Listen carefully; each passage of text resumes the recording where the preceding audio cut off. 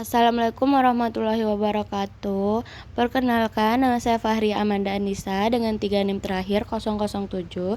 Saya akan mempresentasikan perkembangan fisik dan kognitif pada dewasa akhir.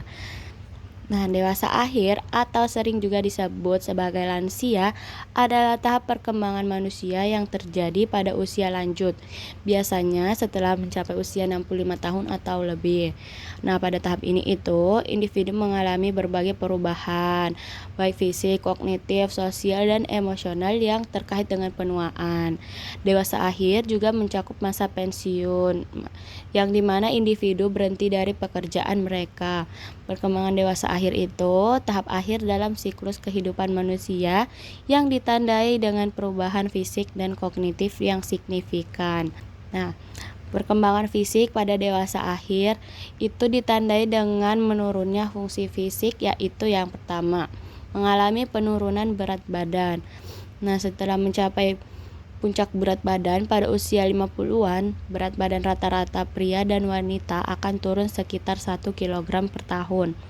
Penurunan ini seringkali bukan karena hilangnya lemak, melainkan karena hilangnya massa otot dan cairan tubuh. Metabolisme yang melambat membuat tubuh lebih sulit mempertahankan struktur jaringan yang padat. Yang kedua, ada mengalami penurunan tinggi badan. Nah, tinggi badan pada dewasa akhir biasanya menurun sekitar 2-5 cm dibandingkan masa muda. Hal ini disebabkan oleh penipisan diskus intervertebralis atau bantalan di antara tulang belakang dan pengeroposan tulang. Yang ketiga, ada terjadi penurunan kemampuan penglihatan dan pendengaran. Nah, penglihatan dan pendengaran ini akan menurun seiring bertambahnya usia, terutama setelah usia 60 tahun. Secara spesifik, lansia sering mengalami presbiopi atau kesulitan melihat jarak dekat dan presbikusi atau penurunan pendengaran nada tinggi. Hal ini terjadi karena lensa mata menjadi kaku dan sel rambut di telinga bagian dalam mulai rusak. Selanjutnya ada penuaan kulit. Nah, penuaan kulit ini dapat terjadi karena produksi kolagen dan elastis menurun drastis. Selain itu, lapisan lemak di bawah kulit menipis yang membuat kulit lebih transparan, lebih mudah rapuh terhadap benturan, dan lebih lambat dalam menyembuhkan luka. Kelima, ada keluhan sendi. Nah, kerusakan tulang rawan dan penyusutan ringan terkait usia dapat menyebabkan osteoartritis pada lutut, pinggul, dan sendi lainnya. Cairan sinovial atau pelumas sendi berkurang sehingga gesekan antar tulang meningkat. Nah, yang keenam, ada menopause pada wanita.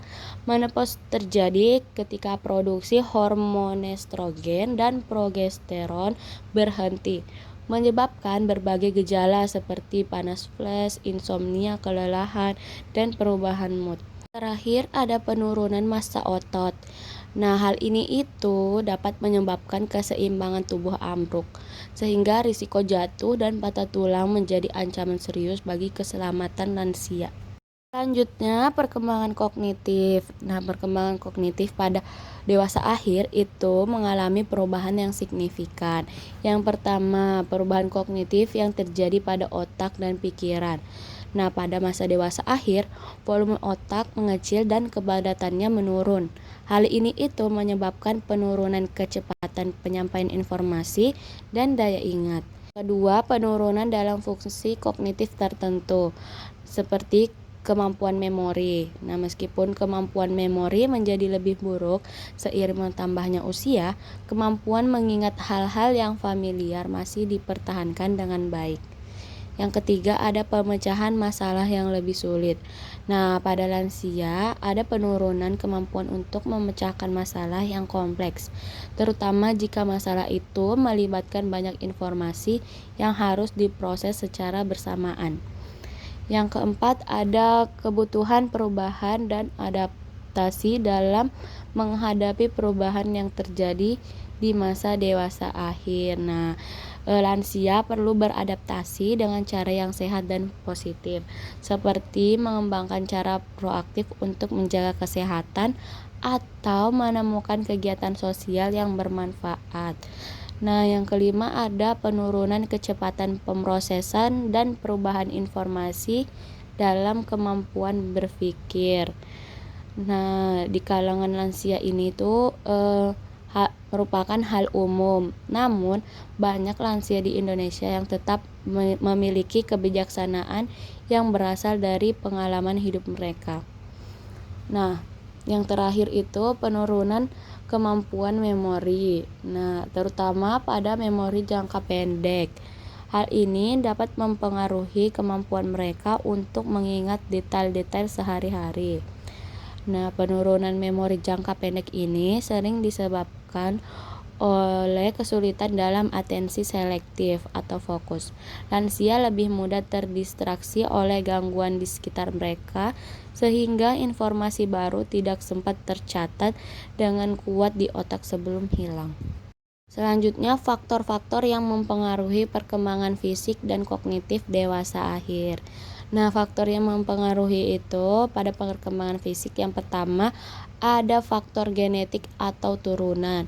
Yang kedua, faktor gaya hidup seperti pola makan, aktivitas fisik, olahraga, dan kebiasaan.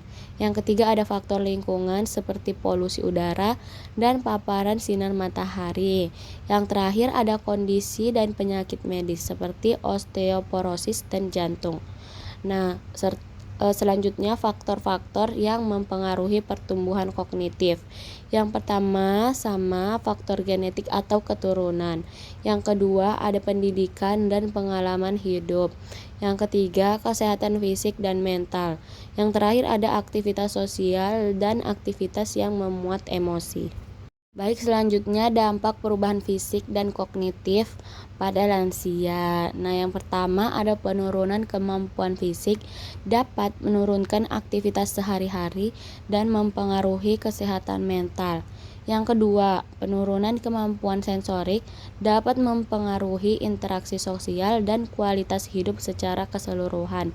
Yang terakhir ada penurunan kognitif dapat mempengaruhi kemampuan dalam waktu dekat menjalankan tugas sehari-hari dan mempengaruhi kemandirian.